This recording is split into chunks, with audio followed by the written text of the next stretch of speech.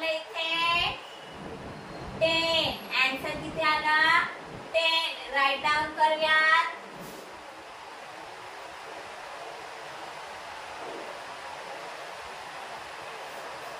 तिसरी one. Next example आहे add 3, add 5, add 2. चला तर सॉल्व करूयात अबॅकस किट वरती.